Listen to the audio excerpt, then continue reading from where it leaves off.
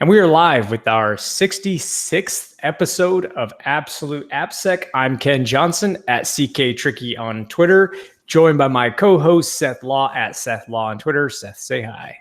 Hey, everybody. Welcome once again. 66th episode. We seem to be in an every other week cadence right now because it's summer and we're super professional. And yeah, basically life happens and summer happens. But there's a whole bunch to talk about this week. Ken and I actually just spent the last 10 minutes talking about stuff we probably should have been live talking about, right? But a shout out to Jason really quick for getting me a GitHub shirt, the first one that I've got, even though my co-host works at GitHub too. I'm not quite sure how that happened. Oh my God. On Twitter. Yeah. Misappropriation of company assets. That's what I'm going to call that. No, actually, Jason did a really nice thing. Yeah, he did. He slipped it to me on the side at a local AppSec meetup here because he's like, hey, you don't have one of these. Talk about it on the show. I was like, all right, we'll do that. Throw Ken under the bus live. Yeah, woohoo! That's what it's all about. Yeah. No, I know. I owe you some. We'll get you. We talked about it before the show. I'll definitely get you a shirt. And speaking of like what we talked about before the show, it's you mentioned it. Like the summer, we've just been. It's been crazy. I mean, you were in Phoenix last week. Yeah. For you can tell people about that. Yeah. I will. It was good actually. I did Well, it was only supposed to be a 45-minute talk on secure code reviews, just kind of an overview of our framework, right? Like what we teach in the course. Man, I think I went an hour and 45 minutes. There's no way to do that in 50 or, I know. 60 minutes. I was just like, I'm sorry, guys, but it was very good, but it was super interesting because there were people at OWASP Phoenix that I know hadn't been there before, number one. And number two, were developers, right? It wasn't just your normal, hey, this is your AppSec crowd that shows up. And I know they get some of that at OWASP Phoenix. Like Joaquin does a great job down there kind of promoting. And I guess it's OWASP Phoenix, but he calls it like just another security meetup or something like that, right? But yeah, it was interesting to have developers show up. I mean, there was not too much, but there's a lot of tech companies that are based in Phoenix that came, a bunch of guys that do bug bounty stuff for a big financial company that's online were there. But it was really quite interesting to talk through. I mean, one of the things that I don't think we've necessarily keyed on too much is the fact that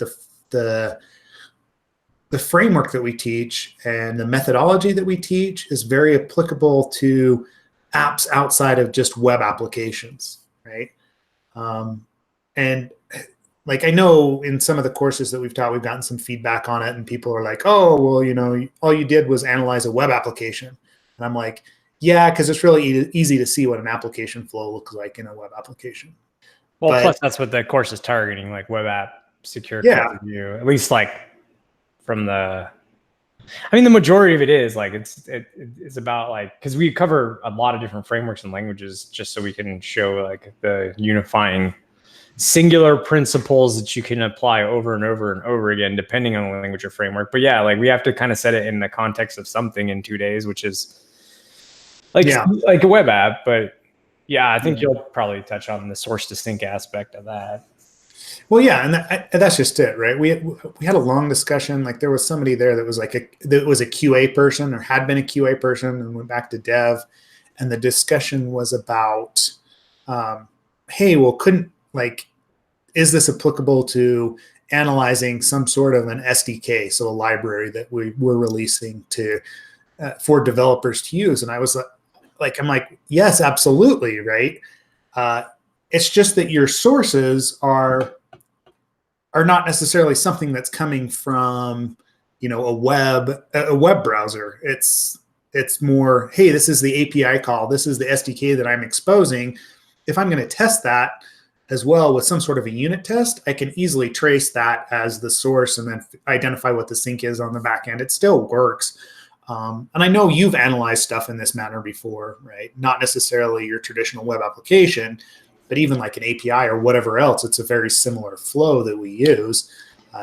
So like, I don't know how to get that point across to people. Like we could analyze something like that in the course. We could, modify the course so it was just targeted to specific, hey, this is how you do an IoT application, and use that as an example, or an SDK.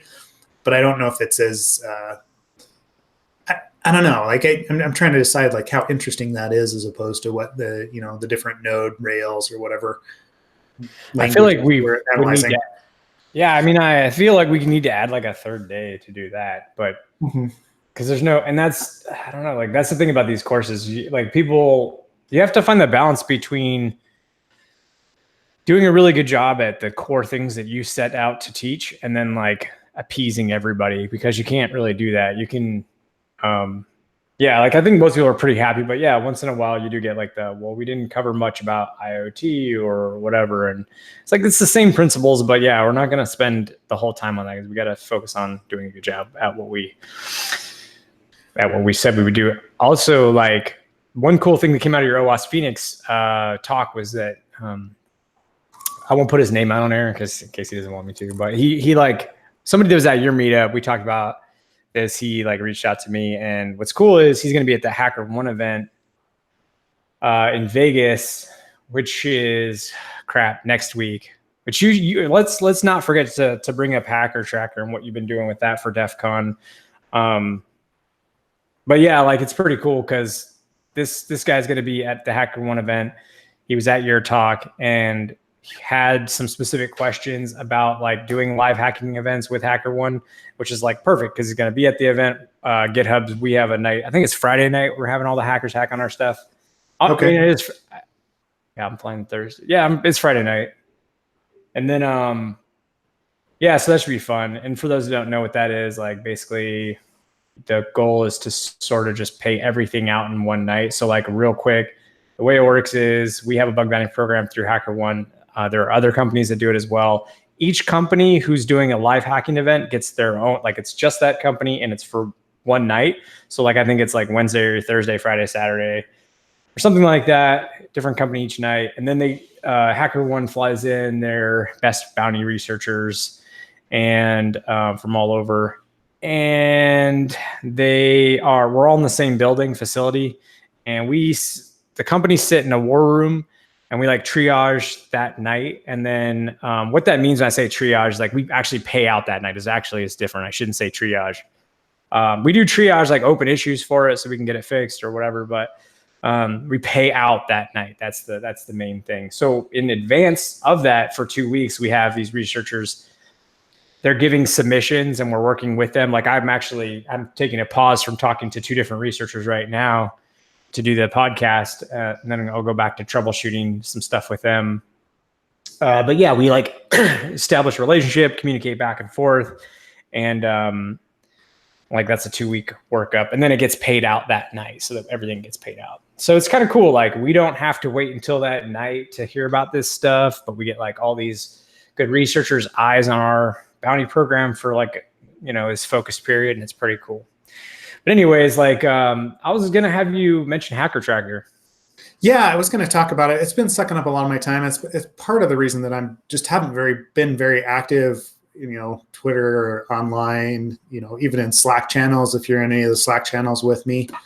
But it's like, every year for Defcon, that's kind of when we do the big update for Hacker Tracker.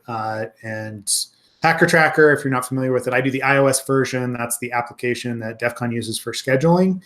And I started doing it, 4 or 5 years ago, because there wasn't anything out there, and I got sick of hauling around the book for Defcon. So it's just basically I wanted something that was on my phone, so I built it, right? And now like it's official Defcon. I'm on the info booth, so there's all sorts of stuff that goes along with it. We did a big move this year from using flat JSON files on the back end, actually using Google's Firestore, so we can do auto updates. Yes, I know that means you have to have your phone on to actually pull those updates down, so you don't have like necessarily a sync like we did in the past. But I think it's going to make it a lot more efficient, especially some of those changes that happen on the fly during the conference. Hey, guess what? They moved this event from Friday at 2 to Sunday at 1. You're actually going to see that live, and you won't get confused. The other thing, we're adding the B-Sides Las Vegas data is already in there this year as well, as a different conference. But right now, if you pull down the iOS version, there is the Defcon like official data in there. We're loading SkyTalks and starting to add the village data over the next couple of days. I've got updates that are going out through the App Store as well, both on the iOS and the Android side. I work with Chris Porter on that, and so he's working on the Android version. Whitney's somewhat involved, but not as much anymore. She's not developing the app actively anymore. She's working on like the Blue Team Village or whatever at DEF CON. So anyway, so it's moving right along. It just is, ends up being a lot of work to actually get it all done and get all those events loaded. And we know the con's like a week and a half away, so we're about there. But yeah, so that's Hacker Tracker. If you want to talk about it, find me at DEF CON, because by then I'll be pretty burned out, I'm sure, and tired. Yeah, good thing it doesn't stress you out or anything. Yeah, exactly. I mean, you like have, the thing is, what is changing it every year? Is it the data, or are there just more features you're adding, or like what all? Because I have no idea what all goes into that. Yeah, it's mostly features, right? Like the switch on the back end this year, like if you do a feature comparison between last year and this year, it's mainly that back end that's changing. And then the support for other conferences. So moving forward, it'll be easier for us to import new conferences and switch between them without as much, hey, we need to release a new version on the App Store. We can just load the data in easily. What else? Yeah, I mean, getting things like the maps to work properly, we've kind of rebranded, every single time as far as the look and feel of the application. Yeah, like this year I added like dynamic fonts. So like usability features, accessibility features for people. Like before it was, hey, this font's always 12 points. This year we're using the dynamic fonts that are actually built into the operating system. So if somebody needs a larger font size, all they have to do is go into the OS and say, hey, I want this as a larger font size, and it all shows up bigger, just like the rest of the phone. Stuff like that people, send us feature requests for. You forget how much time that takes as a developer to actually put it in and then test it, make sure that every single label and screen actually adjusts, that kind of stuff. So. Well, I'm glad you guys now support my request for Comic Sans. There you go. The most professional of all fonts. Yep. If you want to change your dynamic font in iOS to Comic Sans, be my guest. No, but I mean, it's a free. I mean, you're doing it for free, and it's really cool that you're doing it. And we wouldn't.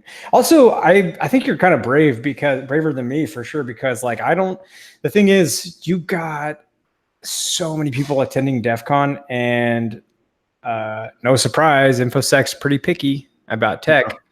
I mean, we're not talking about just like the security stuff, like server pinning or whatever. We're talking about just like everything. It's all. I mean, we're all pretty picky about, and like definitely picky, but also opinionated and very willing to share that opinion. So, yeah. Well, like we still get the whole, oh, well, we don't want to install this because right, it's not from like the Defcon org, like on the App Store or whatever, and that they can't trust us. I'm like, dude, you can go review the code. You could build it yourself and throw it out on your phone if you wanted to. Like, I don't care. Just go to nsa.gov. Yeah, there you go. Download Backdoor by Seth, and you'll be good to go. Yeah. If I was a jerk, we would do something like that, right? And I'd be lying if I didn't say that a part of me didn't want to, right? You know what I mean? You heard it here first. Seth wants to spy on you for the NSA. But realistically, it's more, like I said, I built it because I wanted it on my phone, right? I didn't want to have to go to defcon.org every time and zoom in and out and all that. And those guys support us now. And actually, we're taking over at info.defcon.org as well. Well, like, I mean, jokes aside, that's the best. Those, in my experience, are the best products are the ones you're building for yourself, because you know exactly like what you want to see, and then that's probably, in this case, definitely what other people want to see. So, like, that's pretty awesome. Yeah. So I mean, it works out. So yeah. What days? I'm going to be there Thursday, Friday, Saturday. What days are you going to be there? Yeah, I get in on Wednesday. Yeah, I get on Wednesday. but I'll be doing info booth stuff Wednesday night. But during the con, I'll float around to the info booths. Otherwise, I'll be around. It's not like I don't have a set schedule. It's more making sure that all the data feed is working for the info booths and for Hacker Tracker, and then making changes to the schedule as appropriate as it comes down from Defcon Central. So yeah, I'll be there until actually Monday. I've got some absolute AppSec t-shirts I can bring. If anybody wants to stop me, I've got like a couple, I think like double XL, XL, large, medium, small. I think I have all of them, but not like a ton of them. So if you want shirts at Defcon, we've got some. You know what we need to is like tank tops, because during the summer I could really use tank tops because it's so hot here. It's like 95, 98 degrees. It sucks. I told you I'm going to a concert tonight, and I know I'm just gonna be drenched in sweat for like 5 hours. I'm just gonna be miserable. Yeah. Well, we could. Well, I mean, I think both of us are getting slim on t-shirts, so we'll probably do another order here pretty quick, and maybe, a small redesign. We got a friend that's been helping us out with some of the graphic design elements. And I'll put his name out there. Helping the site too. Amazing. Like Hong is seriously, if you are looking for a graphic designer who is just a complete badass, hit us up. We know one. He's awesome. He's like working on, like Seth said, some redesigns for us, making our site a little bit more friendly. Even the logo looks cooler. The logo that he's coming up with. I like our current logo though, but he's doing a good job. He's like experimenting with some stuff, so that's pretty awesome. We got so much to talk about. I don't even know where we're going to start. We've got I do want to just really quickly address like that whole thing we were talking about before we started on the tweet I sent out. So, because I sent out, what did I say? Because I got hit up a lot about this. I didn't think I would get hit up this much about this tweet. Because I wrote, how did I write? Yeah, last night I wrote, remember, some of the worst human beings pretend to be some of the nicest people publicly. Be careful out there for real. Sociopaths adapt to what they perceive people want them to be, and social media is another platform for them to do it. So I got asked a few questions like, is this anybody about anybody specific, yada, yada. And like, I'm not going to do that. Like, I'm not going to put anybody on blast. The reasoning, okay, let me just put what I meant out there in like a better expanded thought. Basically, like, so if you've been in this industry for a while, if you've been on this career path for a while, but also engaged like socially with a lot of, quote unquote, basically like speakers and community leaders and just like community projects. And so if you've been connected to enough things that are going on, like you hear the back and forth and you hear a lot of the stuff going on. Well, what I've noticed as a trend is like, there are like definitely some shitty people that are in every industry, not just ours, every industry. There's just shitty people out there. That's just a reality of life. But like what I noticed is that the people that try really hard to come off and present like a specific image of themselves and like try to, they'd come off like Mr. or Mrs. Nice Guy or whatever on social media. You like have to be, I guess you should always, of course, be somewhat like cynical in the sense of like, or that doesn't sound right. More like you should be careful. It's probably a better way to say it.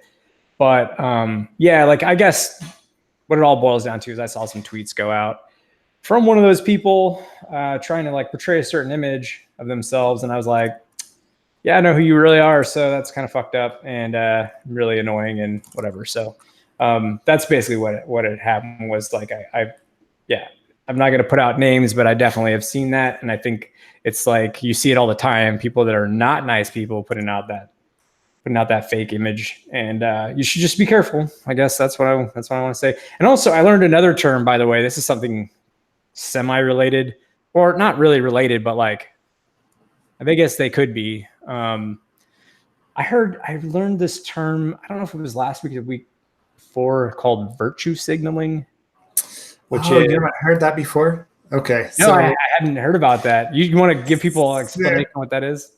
Yeah. So it's a very common thing. Okay. So I don't know how far down this path I want to go, right? I know, right? I live in Salt Lake City, right? So there's, very predominant religion that's out here, right? And that's one of the things that's very common is this whole idea of virtue signaling, that you present yourself in a certain way to to signal how virtuous you are and how much like your self-worth comes from actually your outward display of virtues. That's realistically what it boils down to, right? So hey, I have like, I give money to poor people or whatever it is, right? There's certain aspects of the religious culture that are built around that, not necessarily coming from the religion itself, but just the community that's involved, right? So as you're going about your normal day, that this person is Mormon in this case because of how they act in situations and in public, right? And so that's exactly what it boils down to. Is it's like you're signaling to others that you are virtuous because of how you act and the things that you do. How do you choose to portray yourself? So yeah, like if anybody wants to discuss that further as far as like what that's like, we can. But where were you actually seeing that take place? Is just like online? Is that where it popped up?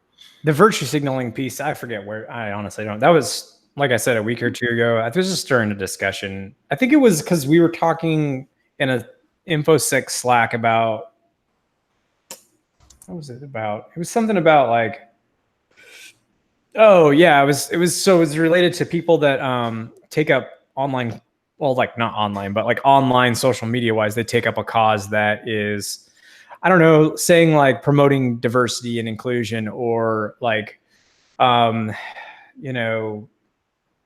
was the other thing? It was no, I think it was mostly around D&I, like people, but also just like general social causes, or like just causes, I guess. I don't know, but they don't really, it's not a real, with virtue signaling specifically, it's not like, it's to look like you care, but not like actually do anything.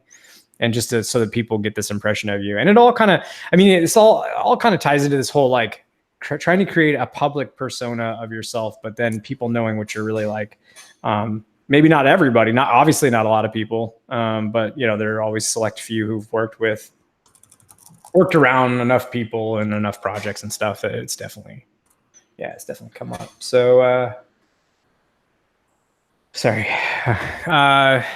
Yeah, a bunch of notifications. So like I don't know, just be careful. I really don't have any great tips, but I would say if you you should definitely, there is this book I read. No, I was so along those lines, as you're finding that book, right? Along those lines, I don't know. Like I remember like that I had that thread, the Twitter thread a couple months ago where I was talking about self-care and actually like, I don't know. Like I'm always suspicious of people that never get real, right?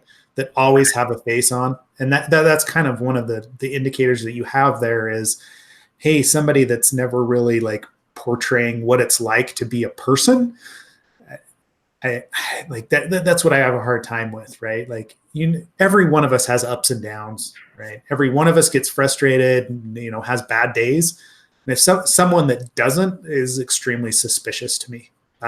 That's all. Yeah. Yeah, like totally what you said, because so repeating the same story over and over again, like super staged, and having like the same things that you say repetitively and it's very staged is like one of the indicators of I don't know how to being a sociopath. I don't know what a sociopathy. I don't know, but I will say this book was pretty interesting. It's called the Psychopath Test, and like I recommend that one. Yeah, it's a good one.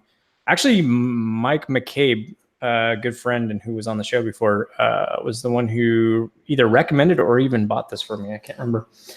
Anyways, it's an interesting thing because you get to learn about just like some of the tells, and also some of the just like it's just interesting because they actually show like research wise that there is a decent percentage of CEOs who are actually psychopaths, which is scary, but it makes sense in the way that like, and I've always said this, people that crave power are usually the ones that should not have power. Like they deserve it the least. If you crave it, like you just desire power, like, yeah, you probably don't deserve it because you're going to abuse it. But anyways, I just think it's like, again, Psychopath Test, good book. Check it out. Yeah, I just linked to it on Amazon if anybody's interested. So nice, sweet. Thanks for doing that, man. Yeah. Cool. So anyways, that's that. What are the other things we were going to talk about? We're going to talk about. Well, I mean, obviously there's the Cap One data breach that's been really interesting to watch happen, because it kind of doesn't feel like a traditional breach, outside of like, I mean, I should have pulled up some of the links to actually drop through it, right? Yeah, I'm bringing it up right now so that we can people can read it. Yeah, people read it too much, but I heard it was just basically an employee with elevated access or something. I don't really know. That's the big question right now, is how much of like her ability to access that data came through. I mean, it was misconfigured roles is really what it boiled down to on an S3 bucket. And she was able to pull back all this data. But the question is, actually being able to identify that role and know to use it, if she was using Amazon privileges to actually do that, like employee privileges.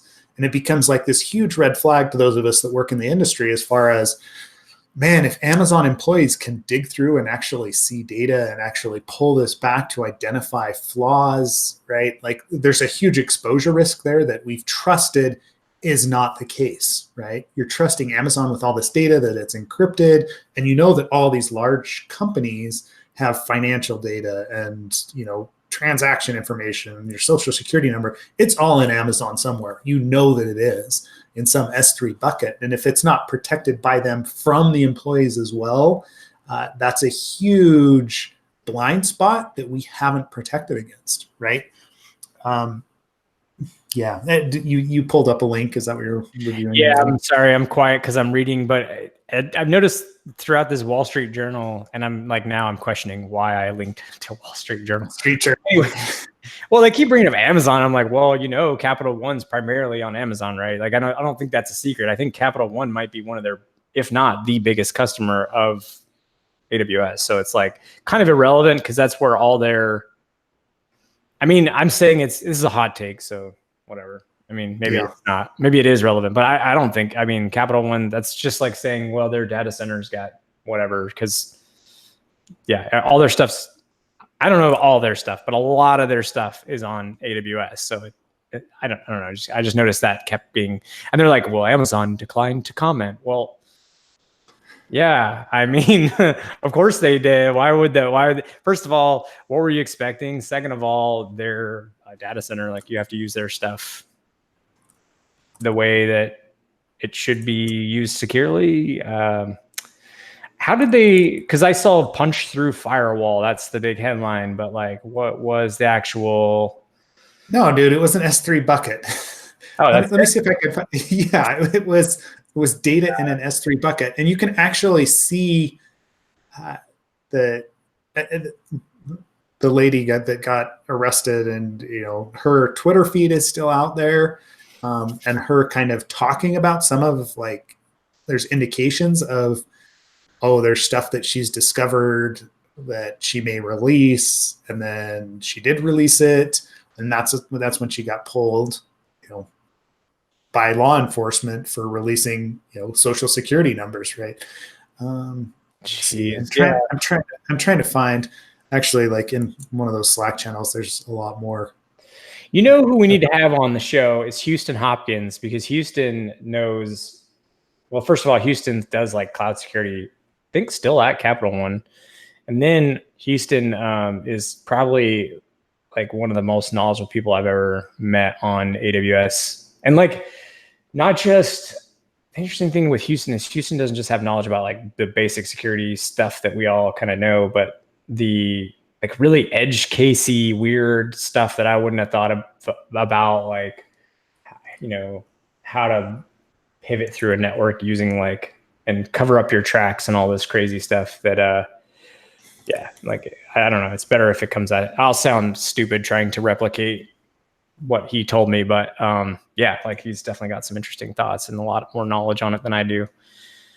Yeah. Well, so I just linked.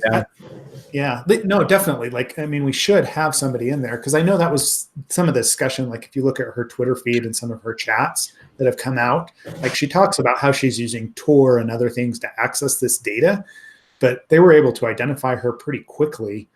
So I linked to the article from Seattle Times that's actually talking about arresting her, and they're searching her home and stuff like that. Let's see, rented space. Sorry, I'm not saying sweet because she got arrested. I'm saying sweet that you linked it. Yeah. To be clear. Yeah. So in June, she posted a list of files. She claimed to possess and named a variety of companies, including Cap One in this case. And when someone responded to her in the post writing, "Don't go to jail," she responded with, she wanted to get the Cap One files off her server. Data was encrypted, and she had used a variety of tools and relays to conceal her computer's IP address. But obviously that didn't necessarily happen, right? Yeah. Oh my gosh. And then she pushed it up to GitHub, right? July 17th. Or that was when someone emailed Cap One and said, guess what? These files are up on GitHub. So, I mean, your company's in there too, right? But you guys host everything. So why would you know that? Comment. We host stuff. So if you put stuff on there, we'll if you give us files, we will host them. Right? Yeah, I know. Because that's pretty much what you do. Yeah. Exactly. I've gotten like all kinds. We definitely get, people submitting that are like, oh, I was able to upload this and that. I'm like, well, that's kind of the point. We're not trying to police. Yeah. I mean, I'm not gonna get into that.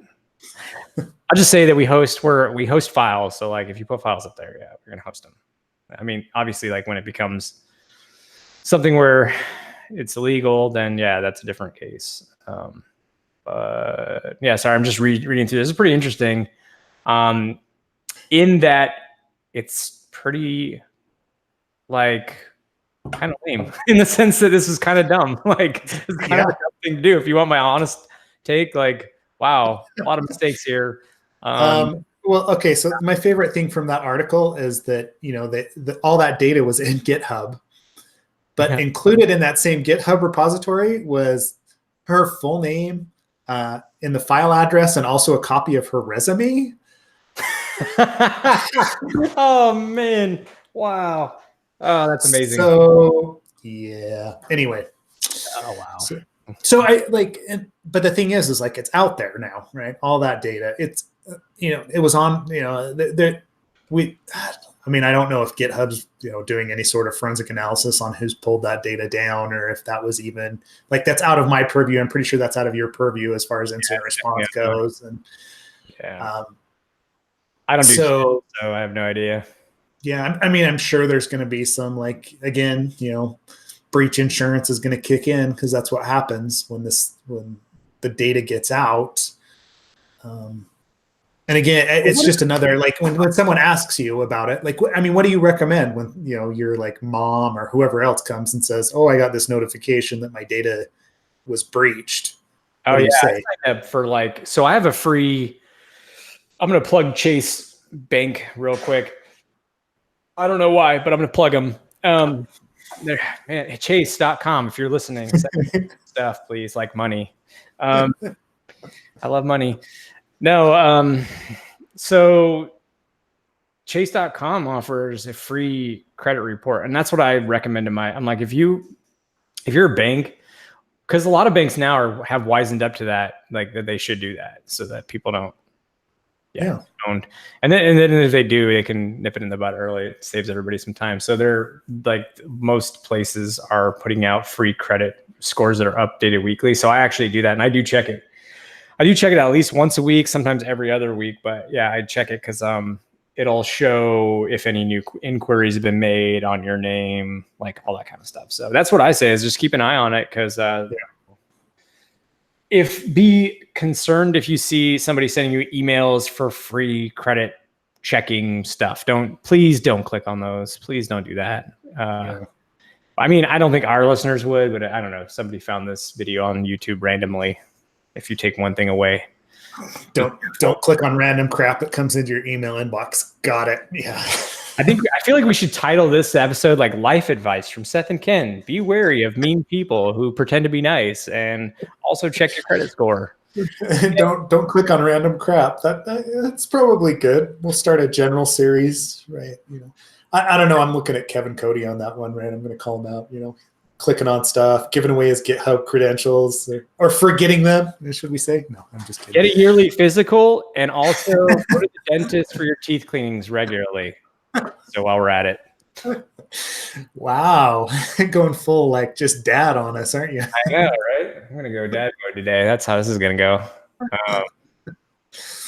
I don't know, like the thing with the S3 buckets, it's just becoming so annoying because like I don't understand why is this still happening? That's what I really don't get is why is this still a thing? There's so many protections around. And okay, so to be fair to Cap One in this case, right, it wasn't just completely open, right? There was one role that, for some reason the WAF like had full, like bigger or greater access to pull data back from the S3 bucket. So it wasn't just publicly accessible and wide open. It was attached to a specific role that, when you're coming through CloudFront, this is my take on it, right? Like I don't understand exactly how they actually implemented everything. But when you were going through like the load balancer, CloudFront, it was assigned that role and you could actually have elevated access. So it wasn't that the bucket had like the policy on it was different or was greater than it probably should have been, but it was the one role that was coming in had elevated access. And so without actually scanning and looking from the perspective of the person coming through the CloudFront and looking at that bucket, you probably wouldn't necessarily have seen it. So again, that's why we do things like scanning and why we do assessments on applications is to find flaws like this, right?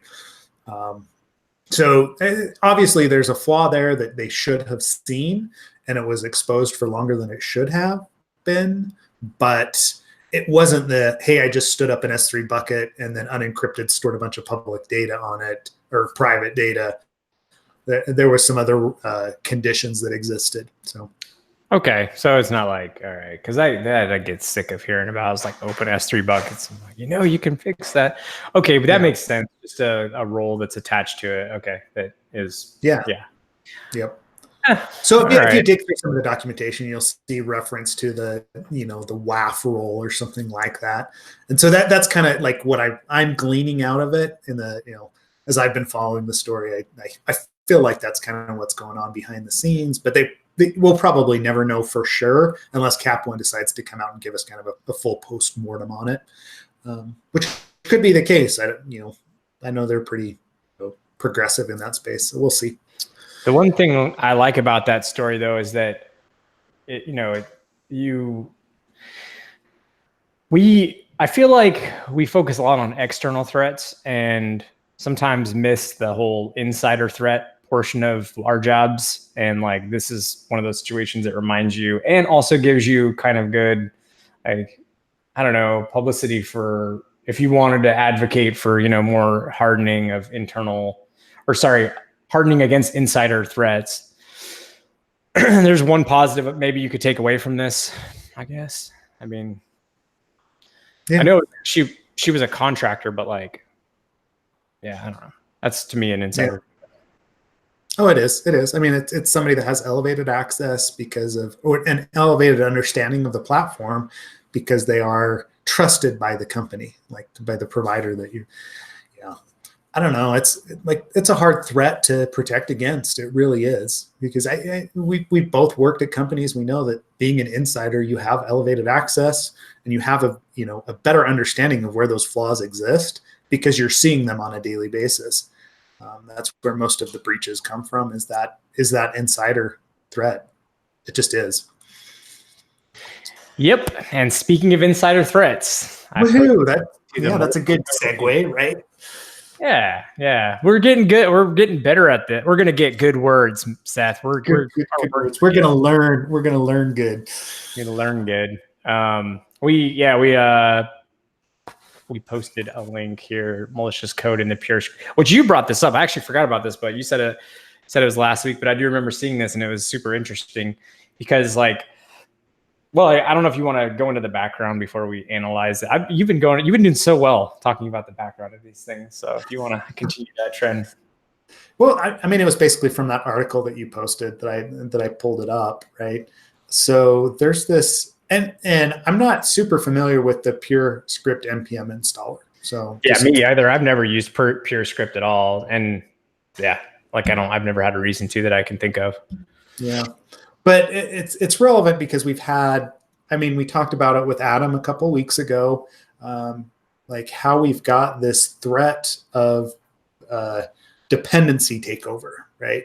So within our applications, we build and we depend on frameworks and libraries and other things to actually make our custom application. And if somebody takes over one of those dependencies and loads malicious data into it or malicious instructions, a lot of times we won't know as developers that actually happens. And so it seems that every week or every other week, especially in the Node environment, there's another one that we hear about. So in this case, it's the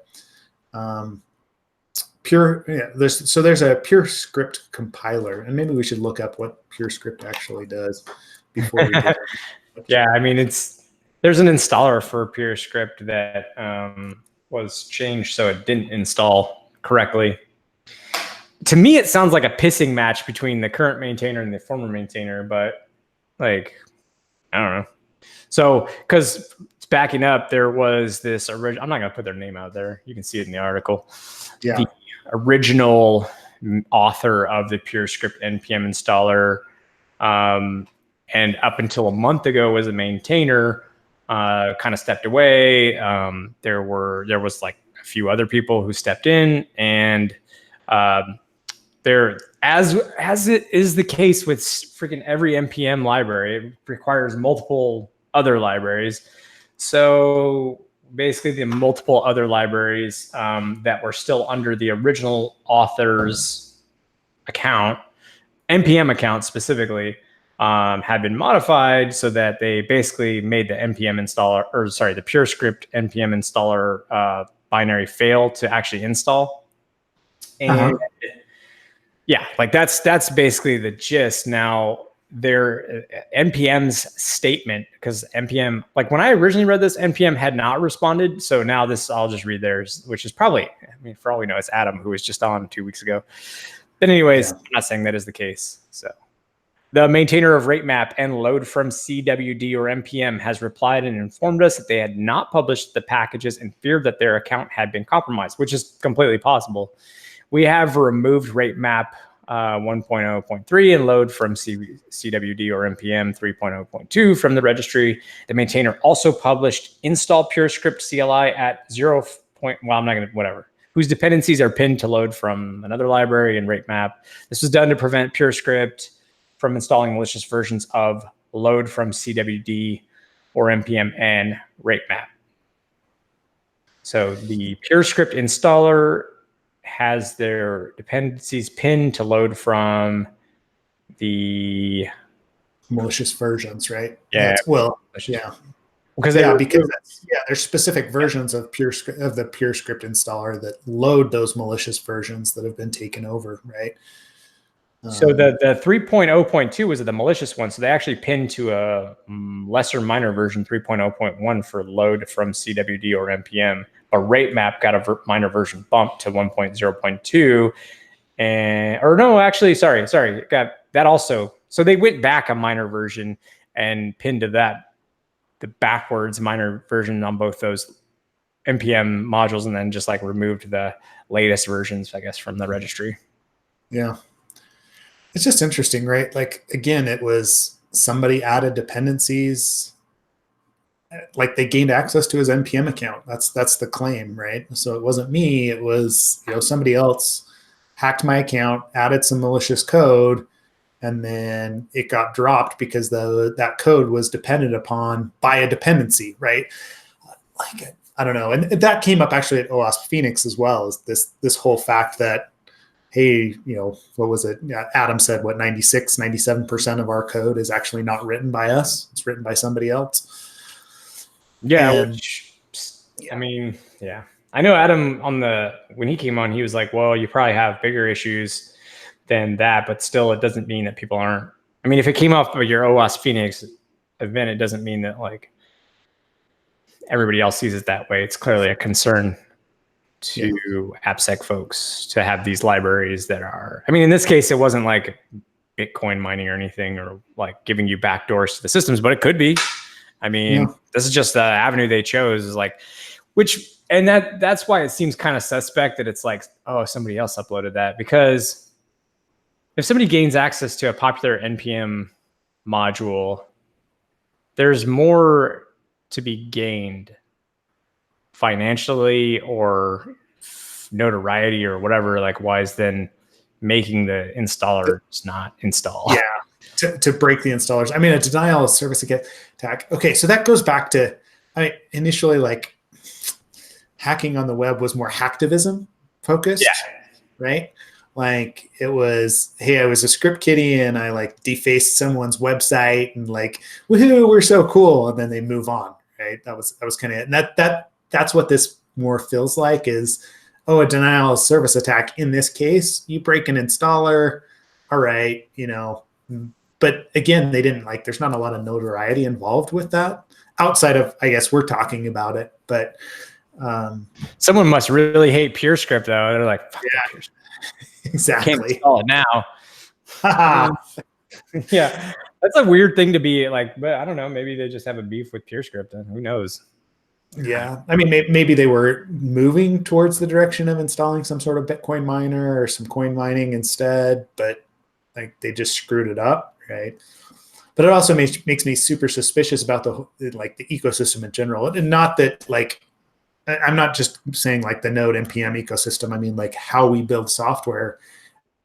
Again, it's so difficult to actually know what's going on there, and we don't audit all of that software. Like, from a secure code review perspective, like, as a consultant, I know we don't, right? Like, like, if I'm given an application, my scope is so defined to, this is the code that we've written. I don't have time to jump into any of the NPM modules behind the scenes. I just don't.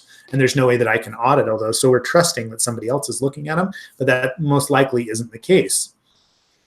Yeah, I mean, like, someone brought up that they could, because the NPM, and you said, you're like, oh, well, it's not just NPM, and you're right. And actually, one thing with NPM is they actually have a security team dedicated, but like, to handling this stuff, and they do handle this stuff in a timely manner, but it's always kind of a reactive game, and then to be proactive, that's a difficult thing. Like, one of the suggestions I heard was to put, I think it was to check if uploads came from a different IP than normally uploaded from. But I think that's a really difficult cat and mouse game.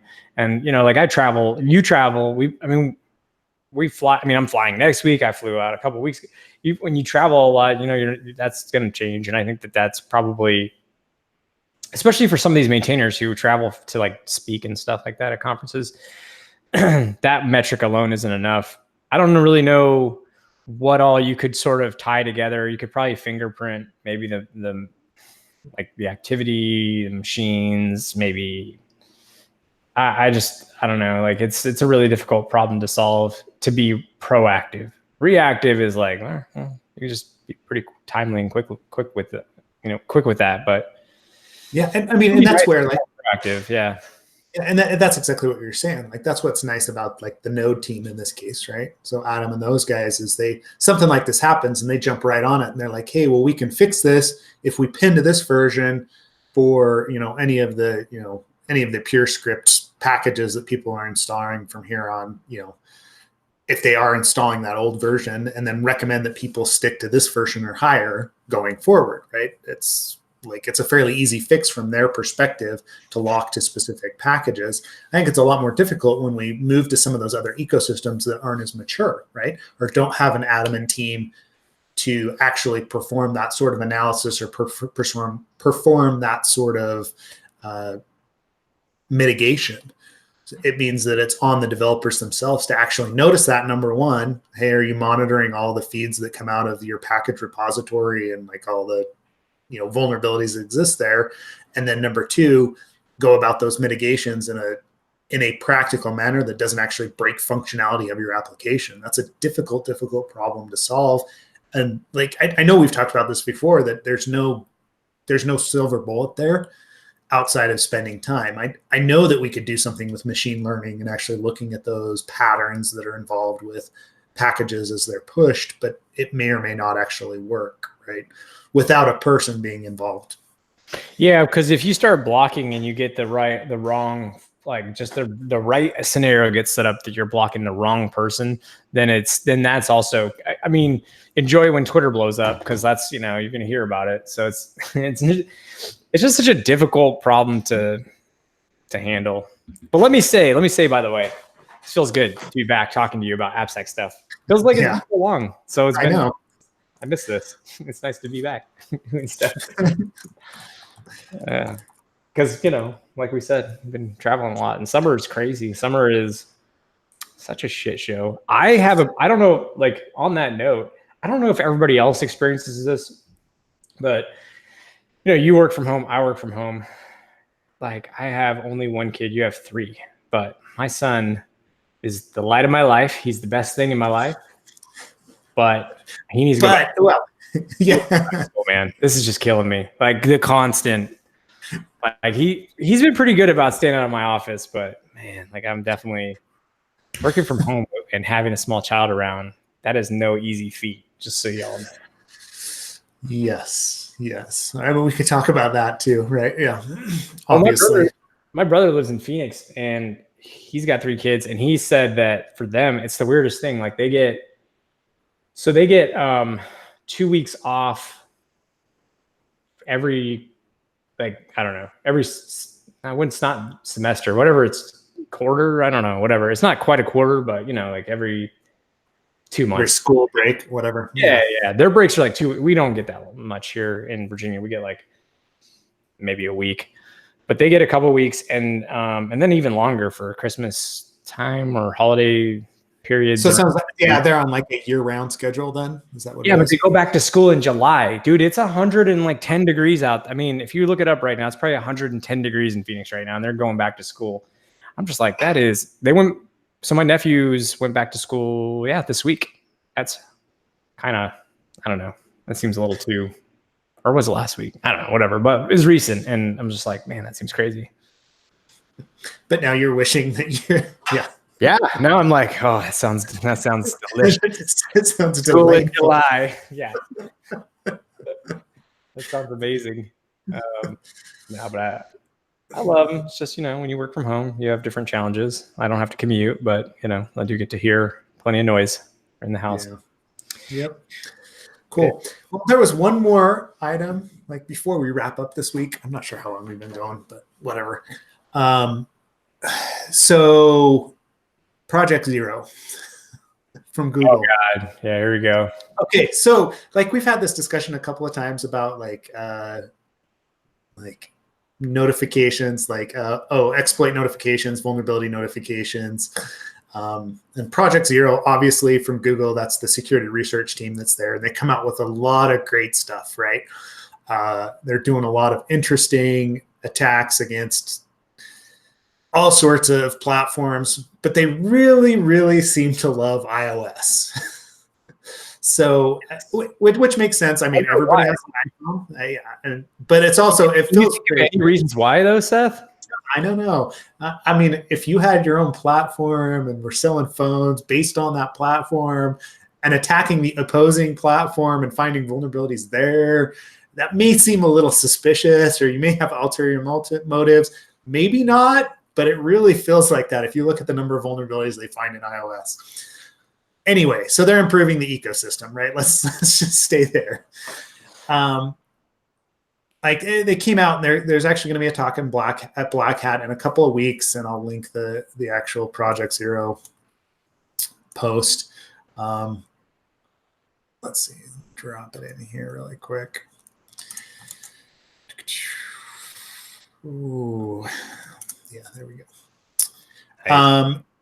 So the interesting thing with this one, I mean, they basically have figured out, I think there's like 6 different or 7 different ways to basically root or jailbreak or own an iOS device, so an iPhone, use without interaction. So this is all going through messages, iMessages, basically. They can inject content and take over a machine or read data off of it based on this.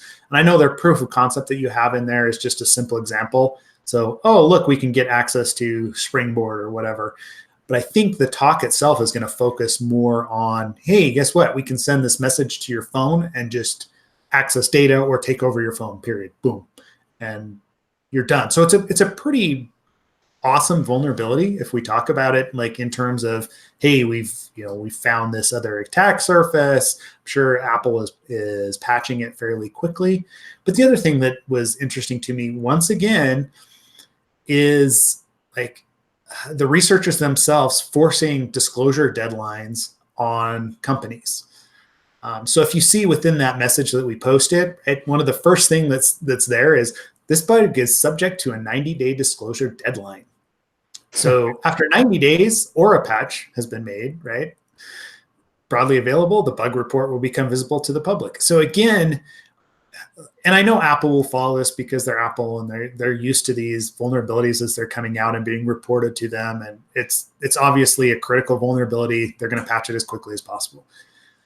But like, I don't know where this line is, right? That, hey, as a researcher, I can go to a company and basically hold them hostage, because that's what it feels like, saying, hey, if you don't, I'm going to release this in 90 days. And if you don't have your crap together, I don't really care. I'm still going to release it in 90 days. I mean, I don't know if you guys get that. Like, you're dealing with bug bounties, though, so you get to kind of like focus that, I guess, or at least like have some input into it. Yeah, I mean, so for us, we've got like a big disclaimer. And oh my gosh, why is my font so big? Look, this is like the jitterbug for Adam. It's like my font is huge. I don't know if anybody knows what the jitterbug is. It's a huge phone for people with some eyesight issues, typically older people. Anyways, yeah, sorry. What was your question? You said. So you're just like 90-day scenarios. Yeah, like public disclosure of bugs. No, because in our, and if I seem a little out of it, it's just because I'm actually reading the code from that fileback.zip that the link you posted, there's a fileback.zip that you can download, which is the proof of concept where you just put like the target's phone number in there and then you can like send them a text. Anyways, I'm just looking at the Python code, but to your question on our, if you go to like our actual bounty page, we put specifically like, don't like disclosure like that's off limits, right? Like you're not, if you're submitting and we're paying you money, like follow the legal process. So that's what I see is like from a bounty perspective. We get submissions in and nobody's ever been like, oh, you have X amount of days to fix or I'll, tattle or whatever. Like it's never like that. Plus also for us, when we get something in, like especially if it's serious, like it's all happening really quickly. So there's no, I mean, we're not going to hit 90 days. But anyways, like, yeah, people don't do that to us through the bug bounty program, but I don't know if they do that.